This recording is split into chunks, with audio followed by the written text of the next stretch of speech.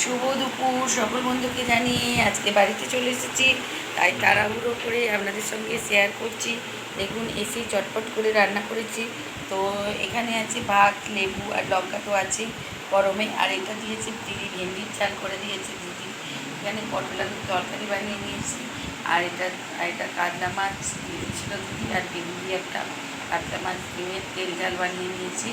তো আজকে শুধু দুপুরে কেমন হয়েছে দুপুরের মেনু আপনারা শেয়ার লাইক কমেন্ট করতে একদম ভুলবেন না বন্ধুরা। আর এতদিন তোমাদের সঙ্গে গল্প করতে পারিনি খুব একটা, তো তার জন্য ক্ষমা চাইছি।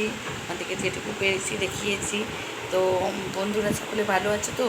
তো শুধু এভাবেই সুস্থ থেকো, ভালো থেকো, আর এভাবেই আমার সাথে থেকো।